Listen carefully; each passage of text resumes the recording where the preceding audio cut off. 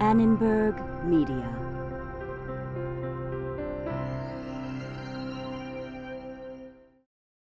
What makes a Japanese company open a factory in the U.S. or a Swedish company set up shop in Hungary? Is the arrival of a foreign company cause for concern or celebration? Multinational corporations, who benefits? We'll find out when we look inside the global economy.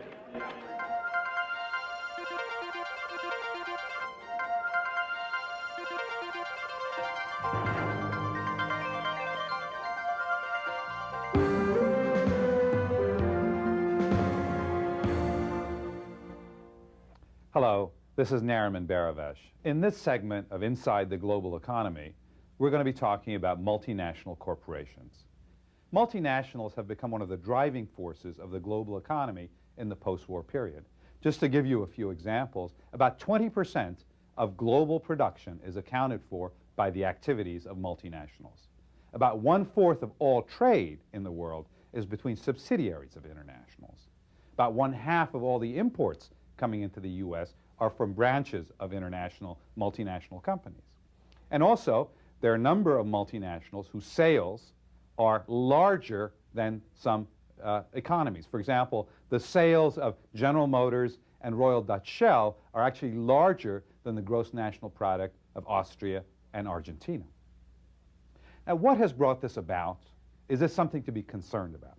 We'll try to answer these questions by looking at two case studies, one in Hungary and one in the U.S. We'll also hear from a panel of experts as they discuss some of these issues.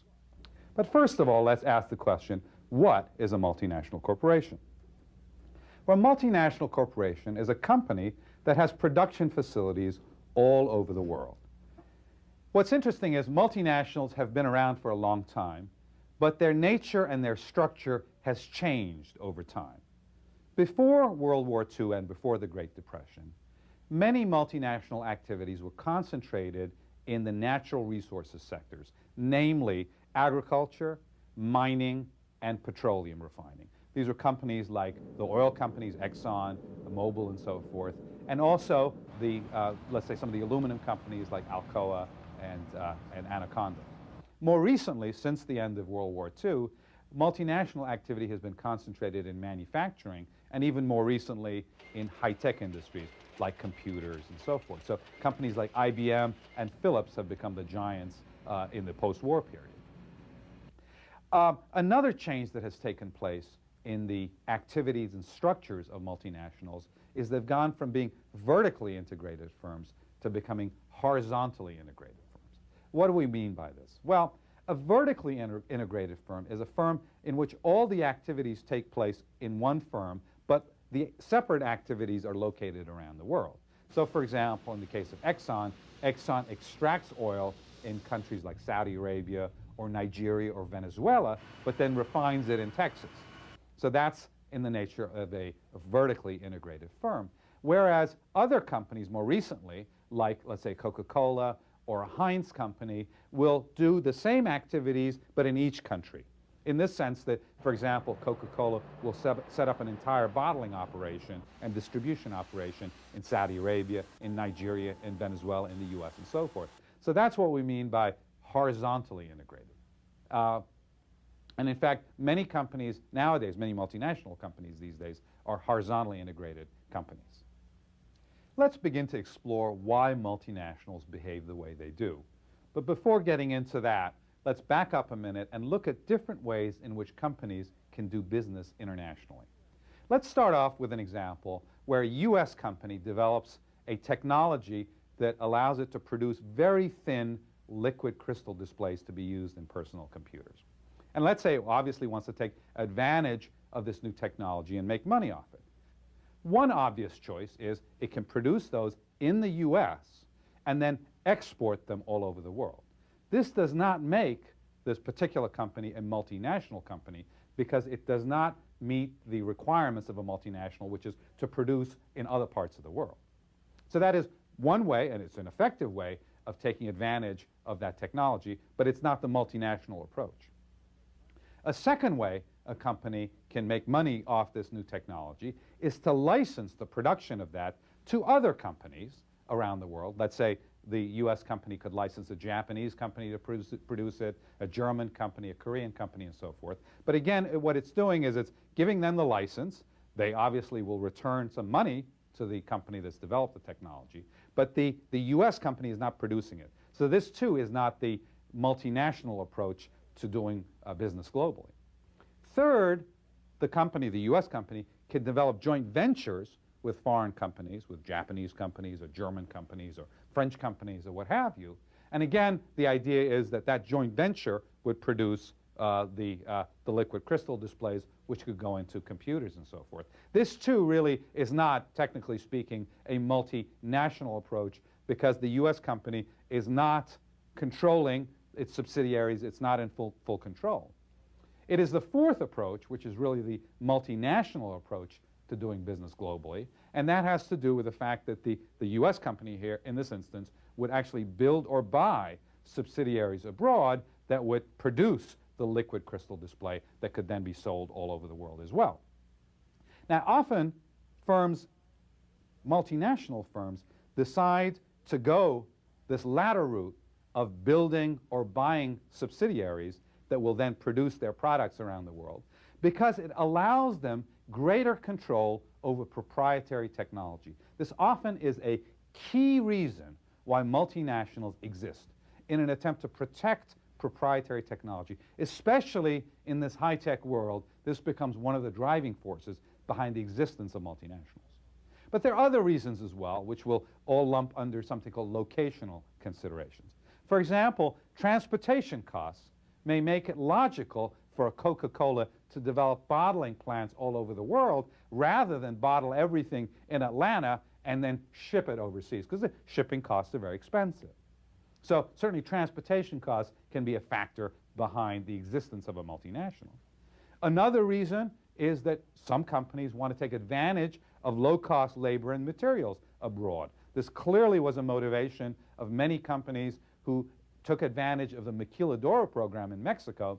They established, built assembly plants across the border in Mexico and took advantage of the lower labor costs and lower material costs in Mexico. A third, a lot of multinationals will invest abroad, become multinational, as they try to overcome protectionism in the local market. Two examples of this. The first is that many Japanese auto companies began to build factories in Europe in fear of or in reaction to concerns about Europe becoming a fortress, as it were, that the European community was building tariff walls around it, and it would be difficult to export into cars into Europe, so therefore it was easier to build cars in Europe and sell them that way. Same thing happened in the U.S. in the mid-1980s when, because of the voluntary export restraints, Japanese companies built a lot of transplants in the U.S. in an attempt, again, to overcome those barriers, those protectionist barriers. A fourth reason a company might decide to become multinational is to take advantage of favorable tax treatment in other countries. Tax rates differ across countries. Rules can be different. Corporate laws can be different. Sometimes companies locate in a foreign country to take advantage of this. And finally, it's a reality of life that consumers in different countries have different tastes and different preferences. So often it behooves a company to act as though it's a local company, to have local talent, local design, local marketing, and so forth. That certainly helps it to come across as more of a local company, although the headquarters may be in the U.S. or Japan or Germany. There are a few other reasons that are worth mentioning as to what has driven the existence of multinationals and the growth in multinationals. The first is the economies of scale, namely that as globalization has increased, in other words, the linkages around the world have increased, the scope of the global marketplace has increased. Therefore, to service that global marketplace, it really does require many companies to locate production facilities all over the world. So the big auto companies, for example, GM and Ford, have production facilities in Europe where they essentially produce the cars that the Europeans are going to buy. Another driving force is rationalized production. Well, what this simply means is that many companies take advantage of different aspects of and different strengths around the world, different comparative advantage in a variety of countries. For example, a company like IBM may decide to design its computers in Japan, but then build them in Mexico. The reason there is Japan has a comparative advantage in computer design, but Mexico has a comparative advantage in production and assembly. So this way, this rationalization of production would dictate that different kinds of activities be done in different countries where the comparative advantage is. And finally, exchange rate volatility can also drive a company to become a multinational. And a good example of this is that in the 1980s, the value of the dollar was very weak, had become very weak by, let's say, 86, 87. The value of the yen was very high, so Japanese goods were very expensive. It was very hard to bring in Japanese goods into the US, largely because they were becoming very expensive. It became like a trade barrier. So many Japanese companies, in an attempt to overcome that hurdle of the very high exchange rate, decided to build production facilities or buy production facilities in the US so that they could then produce their products in the US, sell it in the US, and not have to worry about the movements in the exchange rate. To better understand some of the motivations behind multinational companies, let's now go to our first case study, which looks at Ericsson, a Swedish company, and its activities in Hungary. Hi, Mum, how are you? That's good. Did I wake you up? I'm sorry. Yeah. Yeah. What's new? So how's the weather in Sydney? Is it? Oh, good. Yeah. Sorry. Oh, well, I'm in Budapest, and it's freezing. Oh, it's gorgeous, but it's freezing. It used to be one of these countries where the phone system just didn't work. Western technology wasn't available for Hungarians. Today, Budapest has changed, and company managers can reach anyone they want. Okay.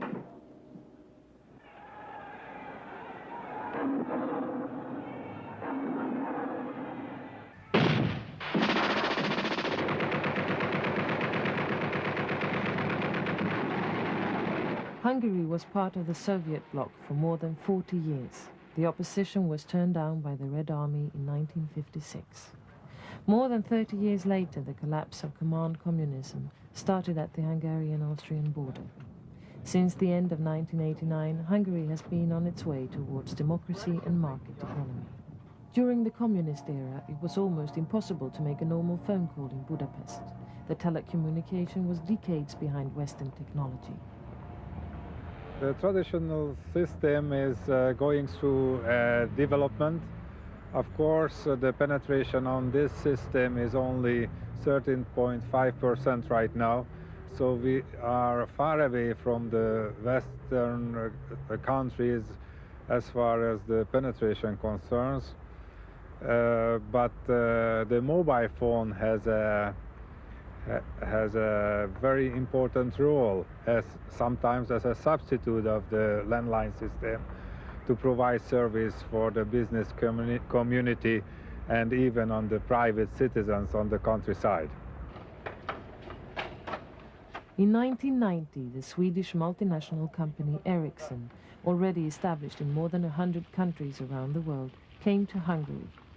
In order to establish a working telephone system as quick as possible, Ericsson installed one of its most modern systems, the mobile phone. This is Dan Quayle. This is Peter Budd, Minister of Industry and Trade.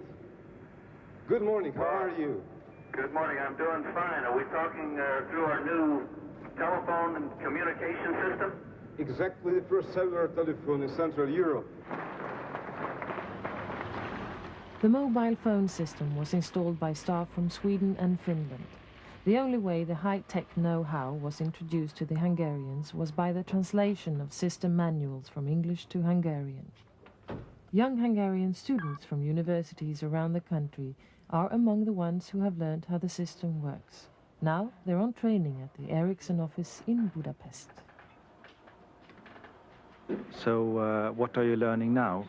Now I'm learning software design and about documentation. Shortly after the introduction of the mobile phone system in Hungary, Ericsson started negotiations with a state-owned telecom company about replacing the old phone system with Ericsson's famous AXE switchboards. In the negotiations, the Hungarian side wanted Ericsson to establish a plant outside Budapest. To get the deal, Ericsson accepted to start one part of the AXE production. At present, Ericsson employs more than 300 people in Hungary. And in that tender there has been several preconditions what we undertook. Just one example is to give some working places for Hungarian workers, to spread the knowledge, the high-tech knowledge, and to take a special amount of deliveries every year, and the prices for that. In other words, Ericsson was forced to spread modern technology to Hungary in order to get the deal. This is one clear example of how technology is spread by demands on multinational companies. Another factor which led to Ericsson's decision was the low wage level among the well-educated staff. We can employ people with good education background and which will participate in the Ericsson Corporation and could work in other countries as well, or for other countries as well. The present mobile phone system in Hungary is mainly national. Besides, most of the phones are old and quite uncomfortably to carry.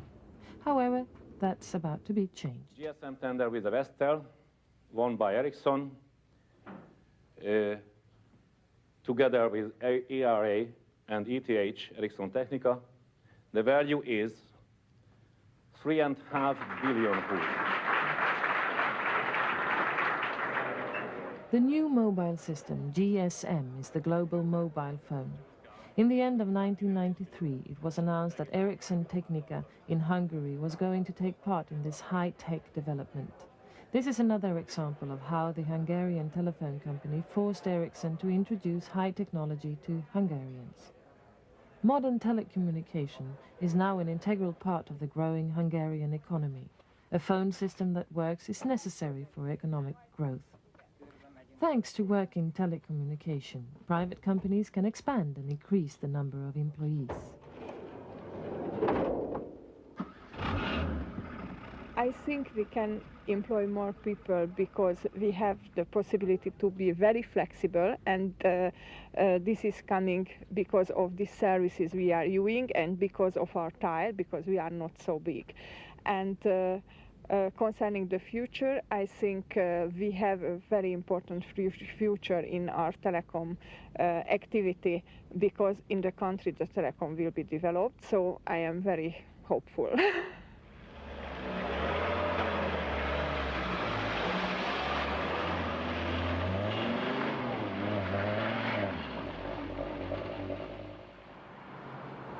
All right, Mum. Listen, I've got to go. I'm running up this guy's phone bill. Love you heaps. Take care. See you later. Bye. Where do I turn this?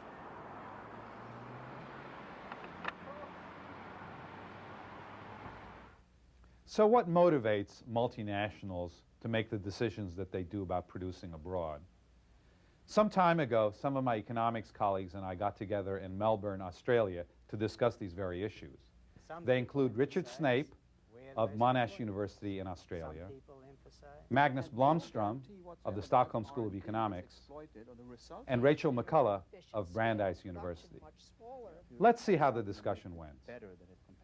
Why have these companies grown so much in the last 50 years, these multinationals that are investing in more than one country around the world? Well, in part it relates to what we've talked about in sort of other segments of the series, that the global economy is becoming a much more powerful factor in many companies' reckonings, and they really are playing to a much larger market other than the domestic market. And as they do that, then they need to start making decisions about, do they export, Do they build abroad? Do they buy subsidiaries? So all these kinds of decisions start to become very important as you start to think about the global marketplace. I think another reason is that increasingly manufacturing is based on advanced proprietary technologies, and direct investment is one of the best ways to extend the use of your proprietary technology and at the same time slow down the efforts of your competitors to get hold of the secrets and know-how that are making you successful right now. There's a whole range of ways, of course, that a company can decide to sell its products in other countries, and establishment is one of them. In some cases, they might franchise. If their specialty is really their advantage is an idea and a way perhaps of marketing, then they may franchise. And we've had a number of fast food franchises where they've had a means of marketing their product, producing their product, but they haven't actually had to invest directly, but they can simply franchise and teach and get a return on that skill. And that's another way in which they can sell their product in different countries. Yet another way is licensing agreements on technologies or joint venture arrangements as well. Those are sort of other ways in which companies can do that. But Magnus, with the spread of multinational companies too is the word exploitation. You hear it all the time, moving into developing countries and taking advantage of the labour force. Did Ericsson exploit the workforce in Hungary? No, you see, the main purpose of these firms is to diffuse technology around the world. And that goes on in developed countries as well as in developing countries. Developing countries get access to modern technology, which they would never have been able to get access to without these investments. Same in Hungary. Hungarian people will learn how this technology works. They will be able to use that knowledge in other firms, in other industries. And also, this country, Hungary, will get access to technology which they can use. For instance, it was shown in this case that other industries were able to become more efficient simply because now they could use a telephone. They would not be able to do that without a modern technology in terms of telephone systems. In fact, you could argue that in this instance that Ericsson did a great benefit to Hungary, not only in terms of the technology diffusion, but it created jobs for Hungarians in the process of setting up a production plant in Hungary. And is it important then to establish rules and conditions in which a country comes in or a multinational company comes into a developing country? Well, they will always be established, I suppose. First of all, they have to meet the laws of the country involved. There is always a problem that the company may be, in its total global activities, bigger than the country in which it's investing. And so there have been a number of cases when the accusation has been made that the host country's policies have been to a large extent determined by the company.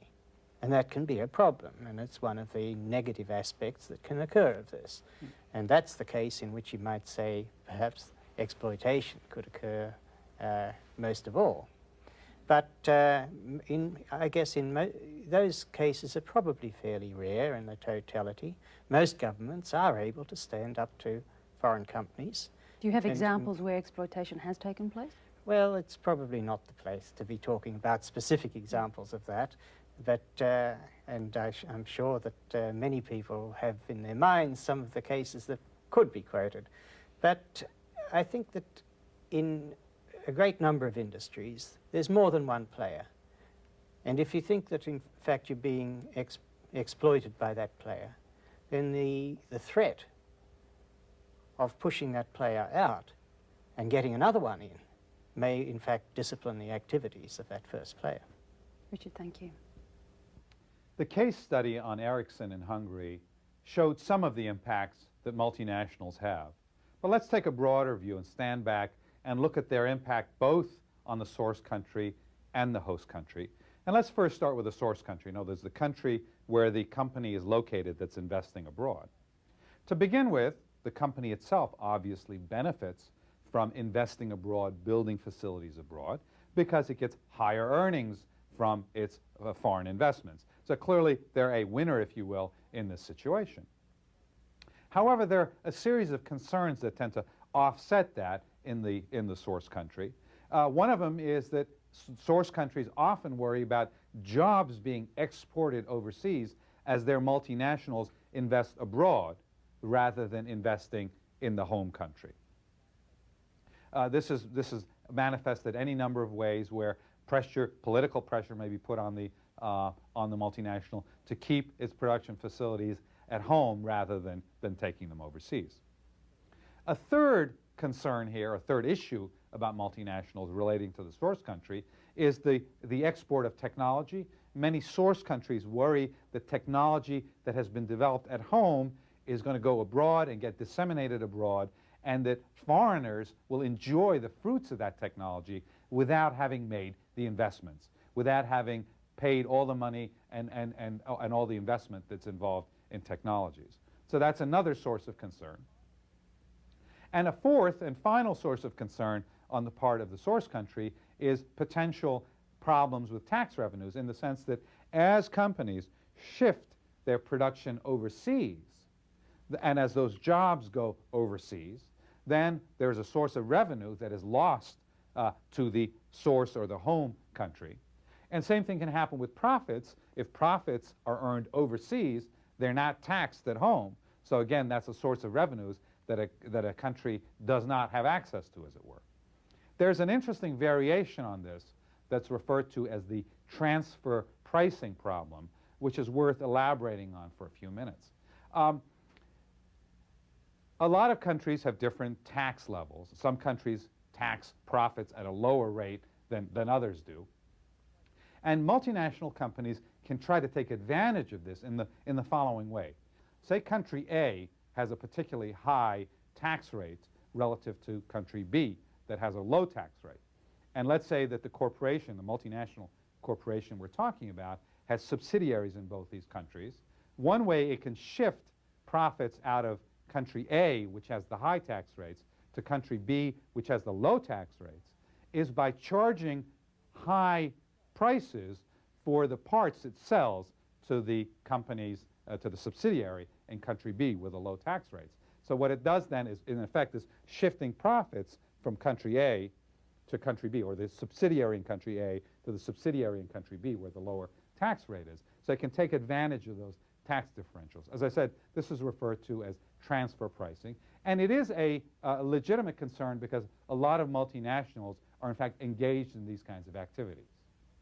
What about the impact of multinational activities on the host country, the country that is at the receiving end of the investment?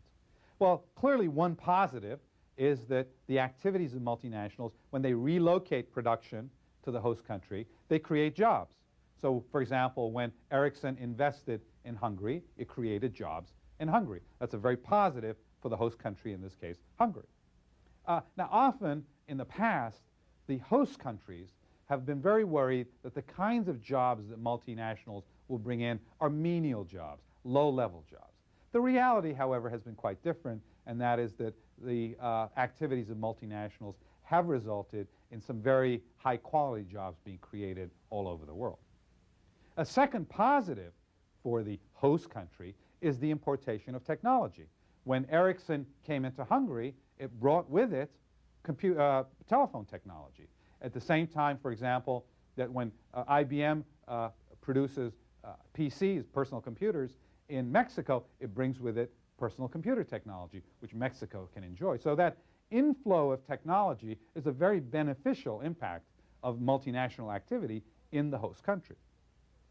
However, these positives, and they're large positives, are often overshadowed sometimes by the concerns that the host countries have about two issues: loss of control and fear of exploitation. Let's take each of these one at a time. Loss of control usually means that the host country is worried that the multinational will somehow or other subvert some of its policies.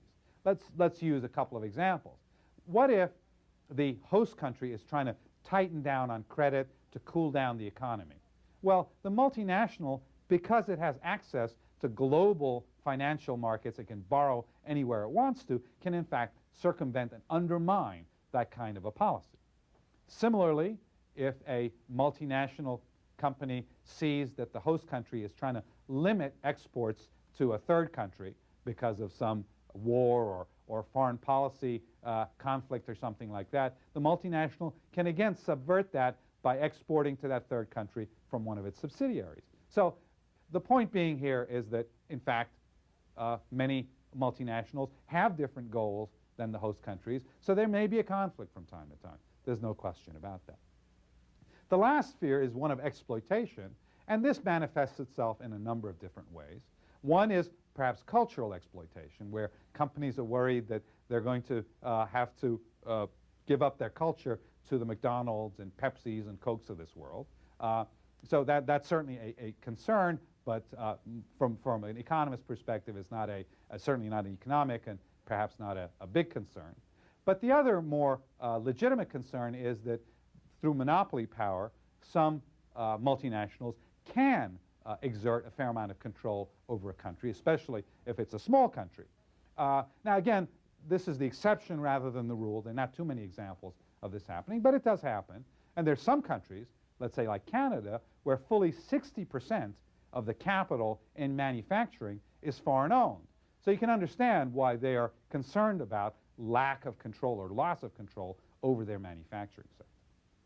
As we consider some of these positives and negatives of the operations of multinational companies, let's look at our second case study, which is one that looks at two companies, Smith Corona and Brother, and asks the question, which of these is an American company?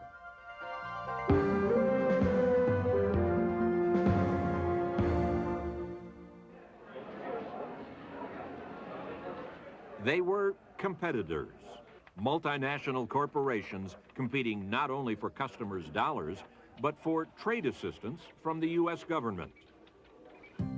Smith Corona, headquarters in the United States. Major stockholder, British. Their typewriters, made in Singapore. Brother Industries, ownership and headquarters in Tokyo, Japan. Their typewriters, made in the U.S. How would the U.S. government decide which of these companies was an American manufacturer, eligible for U.S. government help against unfair foreign competition? Would it look at where the company had its headquarters, where it took its profits, or where it hired employees and made its products? Multinational corporations, who is us? Smith Corona and Brother Industries had much in common. Both used almost identical processes to produce similar portable electric typewriters for sale to American consumers. And in 1991, each company filed complaints with the U.S. Department of Commerce claiming to be an American producer being victimized by the other's unfair trade practices. Only American producers qualified to file unfair trade complaints. Only foreign producers could be found guilty of dumping. Smith Corona and Brother couldn't both be qualified, or could they? Smith Corona chairman Lee Thompson claimed that despite the fact that its portable typewriters were made abroad, his company was the real American producer. We've been, as I said, a United States company for 110 years. Our roots are in the United States. Our executive headquarters is in the United States. All of our design, development, and tooling is done in the United States. We're multinational because we sell in multi-countries. We have manufacturing facilities in Mexico, we have manufacturing facilities in Singapore and in Indonesia, and we have manufacturing facilities in the United States. But Brother pointed to the hundreds of American workers at its Tennessee factory, where Japanese-made components were assembled into typewriters. Jobs, not the country where the profits were counted, were the test of a real American producer, said Patrick Gilmore, president of Brother's U.S. subsidiary. I personally consider Brother as an American company. We were founded here. We were founded with 50% ownership by 3 Americans. At one time, we were a public company here, as a matter of fact. Our employees are here. We are running the business here. It so happens that we have foreign ownership. But we are incorporated in Delaware. We own property in a variety of states. We have domicile there. We have employees there. It's an American company. Absolutely, I have foreign ownership. But so what? The two companies continued their argument in briefs and motions before U.S. agencies and courts. To William Niskanen, former economic advisor to Ronald Reagan, which company was the real American producer made little difference. I think it matters almost not at all. There are companies that are headquartered in a particular country whose most of operations in another country, and most of their stockholders are in maybe some other country. Now, in fact, we don't know in many cases who owns the majority of the stock of companies.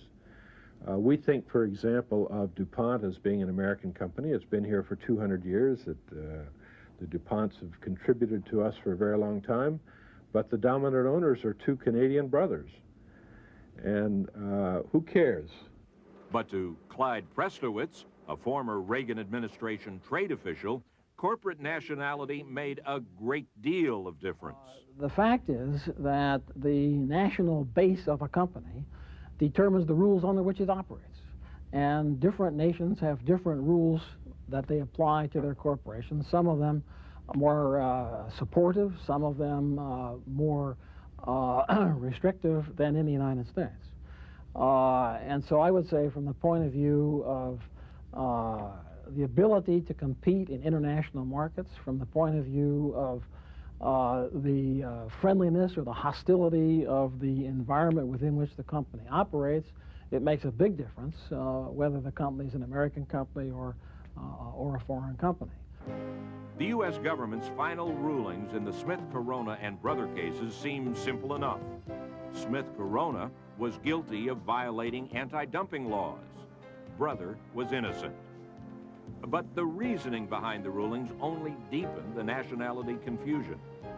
In one case, the U.S. Court of International Trade found that Brother's Tennessee plant made it an American producer, eligible for government protection against unfair trade practices by foreign competitors like Smith-Corona. But in another case the same year, the same agency said that Smith-Corona was an American producer, eligible to complain about trade practices by rivals who made their products abroad, like Brother. Both companies were American manufacturers, the U.S. government had said, and both were foreign producers. The broader message of the dispute seemed to be that at a time when multinational corporations roam the world in search of the most efficient methods of production, defining a company's corporate nationality may have become legally almost impossible and economically almost irrelevant. So what determines a company's nationality? Let's go back to Melbourne, Australia, and see what the panel has to say about this issue. Rachel, in the age of multinational companies, how do you determine nationality? Well, that's increasingly a difficult question to answer. We can look at where a company's labor force is located, and today that might be spread across 10, 20 or more countries around the world. We can look at where the management of the company is, where the headquarters is, or we can look at where the ownership is. And with global equity markets, the ownership might also be in several or even more countries around the world. Another thing we might ask about is the location of research and development activities, because it's research and development that often drives the activities of multinationals and makes it possible for them to operate profitably across the globe. So at this stage, I mean, are we determining nationality by location, by profits, or by where the number of people are employed? Well, I would submit that it really doesn't matter, because what we're seeing is multinationals really trying to take advantage of the comparative advantage of various countries, whether it be in terms of the labor force or in terms of their capital markets, where they can get the investors to buy stock and so forth, or in terms of research and development facilities. And really what matters ultimately is what countries do to make as as favorable environment for companies to locate their activities one way or another in that country. But let's look at the big stick of an anti-dumping measures that are taken. How do you determine nationality when it comes to looking at who you're trying to protect from dumping? Well, anti-dumping is a form of protectionism, and I would submit anti-dumping is not a particularly good way to address the nationality of a company, if that's even an important issue. I think that any company that's trying to keep its competitors at bay and keep them out will try to grasp at anything that they can grasp. And if they can prove themselves to be a national company under the legal criteria required to have anti-dumping actions against a competitor, then they'll try to secure that. I mean, that's just another form of, if you like, competitive weapon that in this case to keep competitors out that a company will use. But is it important to the country as a whole? Well, there have been many different views on this, and Rachel was giving the sort of catalogue of views that exist. Some people emphasize where most employment is. Some people emphasize where the profits are earned. Others emphasize where the research and development is concerned, and so on. But these are all arguments. But in the end of it, does it really matter? But surely it matters if a country is actually losing out and if a country is being hurt by it. But what do we mean by losing out? And that's the big question there. I mean, the consumers in a country are best served by getting the product cheaply. Now, are there other benefits associated? There may be extra benefits that spill over from the company into society as a whole from having research and development in the country. There may be, and that's often an argument given. Well, there may be benefits of employment. I think it does matter more than you seem to agree on, namely in the sense that in the good old days, before we had these huge multinationals, a government could provide firms with support firms in order to create comparative advantages based on a specific firm. That is not possible anymore today. A government which supports, for instance, R&D inside a firm has no guarantee whatsoever that that R&D is exploited, or the results of the R&D is exploited in that country that provided it. So in that sense, I think it is important there is a new situation now where these firms produce in various countries. Because what the government today should do, that if they want to support something, they should support things that are not movable that easy. For instance, human capital. But if you can't trace the nationality of a company, how does that then affect domestic policy of whatever country that multinational is choosing to own at the time? I think that a very important ingredient of this comes with taxation. And a question is of taxation. Who has the right to tax the company? Because that is something that the country that has that right to tax the company, they are getting, in fact, a benefit from that. And there are, of course, a lot of disputes around the world about the rights to tax the profits of multinational companies. And that's where nationality really does matter. And it's really to do, in this case, with the ownership of the capital, and a very important ingredient. But a lot of the debate that is around this, in terms of of the globalization and where does it belong and does it matter and all this, is just a sort of extension of debates that occurred in the 19th centuries with the spread of the national corporation. How to benefit a particular segment of the country, and the fear of a particular group in the country who saw their own domestic or local industries being taken over by national corporations, and the threats they saw to the local community. And it's really the same sort of arguments writ large now on the global scale, that now we're moving to global economies rather than a national economy. There has to come into this debate, though, a question of when do we get too big?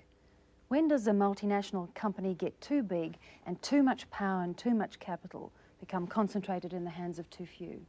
Well, I guess the question is too big relative to what?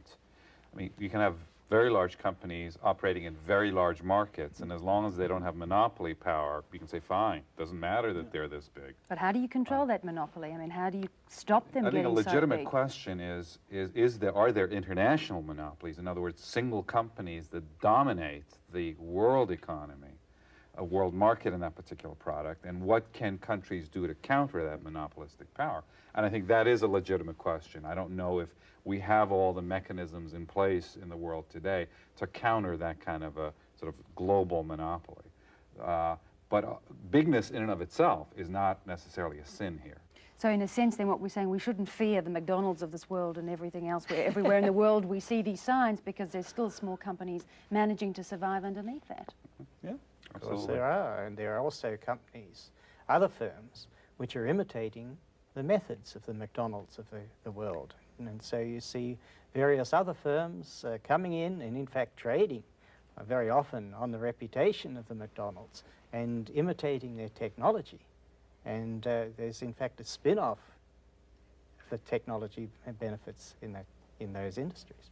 And actually, just to follow up on that point, it seems as if pervasive monopoly is a most important threat in the situation where governments themselves limit entry, because the market does create opportunities for entry and firms are there to take advantage of it, but sometimes governments are unwilling to let that entry occur. Thank you, all of you.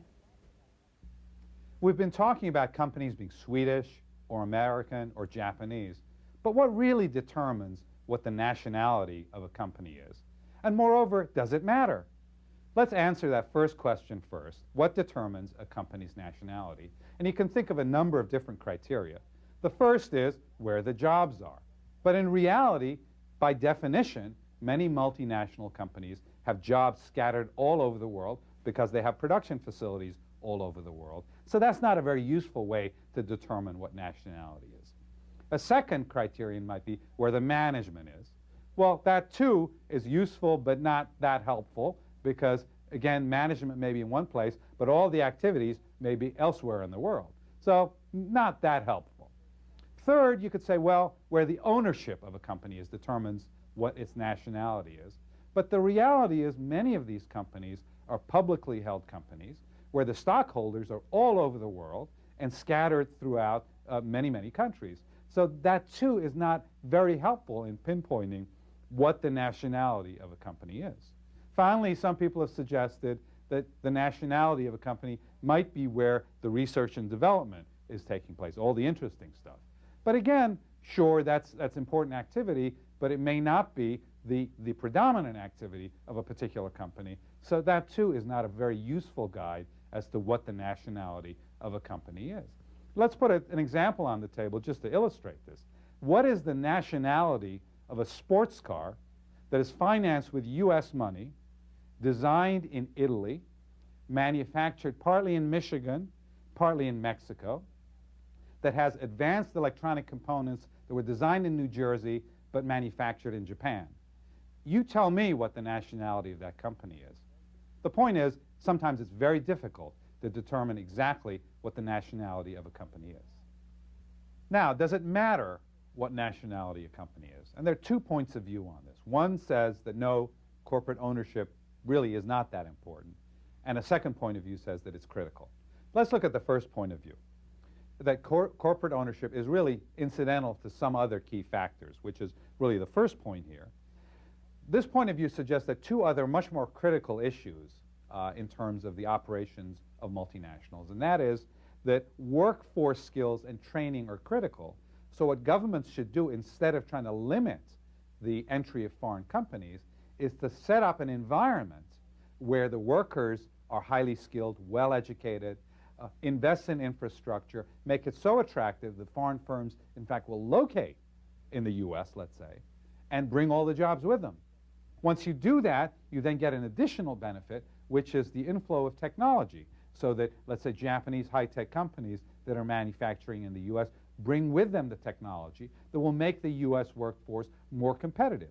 So you get the double bonus, as it were, of jobs being created in the U.S. and new technologies coming in. So the argument from this perspective, this school of thought, is that indeed, instead of trying to keep foreign companies out, do the opposite, make it as attractive as possible in the U.S. to have foreign companies come in, invest here, bring their technologies, and so forth. However, there is another point of view that says the opposite is true, that we should be very concerned about the ownership of a company for a variety of reasons that we've listed here. The first is that foreign companies may not always have the best interest of the host country, in this case the U.S., in mind. And true enough, but you can make the same argument against U.S. companies. U.S. companies don't always have the same goals as the U.S. government. And so in that sense, it's not a legitimate argument to say the foreign companies don't necessarily have the same goals as the U.S. government. They're just different animals, different organizations with different objectives. So that in and of itself is not a serious concern about foreign companies. A second concern is that foreign companies favor the home supplier. To give you an example, Japanese auto manufacturers in the U.S. may still buy their supplies from Japanese auto part manufacturers. Or IBM in Japan may still buy its computer parts from parts suppliers in the U.S. Now, there's some truth to this, and historically, a number of multinational corporations have tended to favor their home country suppliers, but this is beginning to change somewhat. As the world market becomes more competitive, that is changing, and many multinationals are in fact diversifying where they get their parts and supplies from. A third concern is they are allowed to compete with us, but we are not allowed to compete with them. This is largely directed at Japan, which is relatively closed to foreign direct investment and the activities of multinational corporations. And the argument is if Japan is closed and prevents U.S. companies from operating there as multinationals, then we should close off our economy to Japanese multinationals operating here. But this is really a silly argument in the sense that if the Japanese are short-sighted enough not to want us to export jobs there, take jobs and technologies to Japan, we should not be as short-sighted and prevent the Japanese from bringing jobs and technologies here. So it's a very short-sighted argument and not a very good one. And finally, there's a concern that corporate nationality matters when national security is at stake. The argument can go both ways. One is that we don't want foreign companies here having access to our national security technologies. Or an opposite argument is we don't want to be dependent on foreign companies for national security technologies, whether it's aircraft or whatever, electronics. This is a legitimate argument, but it's a limited argument in the sense that there's only so many industries that can be covered by this particular concern, and sometimes it's been abused in the past in the sense that many industries that really don't have a national security interest or are not critical to our national security somehow or other are brought under this umbrella. So yes, there's a legitimate concern here, but it has to be used very carefully. How can we reconcile the activities of multinational corporations with the principle of comparative advantage, which governs a lot of the activity, the trade activity around the world? There are some differences between trade outside of multinationals and trade within multinationals. Outside of multinationals, we have lots of small firms typically that compete fairly aggressively with one another, and that governs the kind of activity that goes on. Whereas within multinationals, the trade is really among the subsidiaries of a given company that may be integrated horizontally or vertically depending on the activity it's engaged in. But nevertheless, by and large, multinationals tend to behave as though they're taking advantage of comparative advantage. They will go into a country with low wages to take advantage of that. They will go into a country that has a comparative advantage on design and use them for design. So if you look at the activities of multinationals, you observe that they behave as though they are, in fact, following comparative advantage. Now, we tend to think of multinationals as a modern phenomenon, but the reality is the founding fathers in the United States had to grapple with the idea of foreign investors. And the case for foreign investment is best articulated by Alexander Hamilton, who said, rather than treating the foreign investor as a rival, we should consider him a valuable helper, for he increases our production and the efficiency of our businesses. That was true then when Hamilton said it, and it is still true now. For Inside the Global Economy, this is Nariman Baravesh.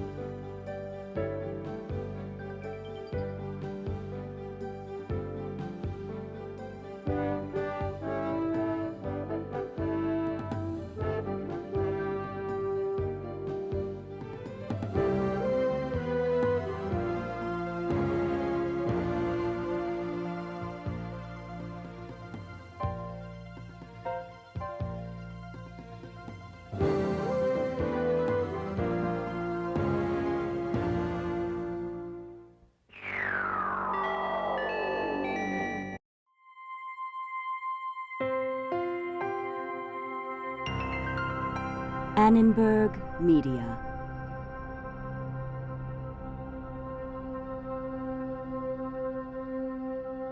For information about this and other Annenberg Media programs, call 1-800-LEARNER and visit us at www.learner.org.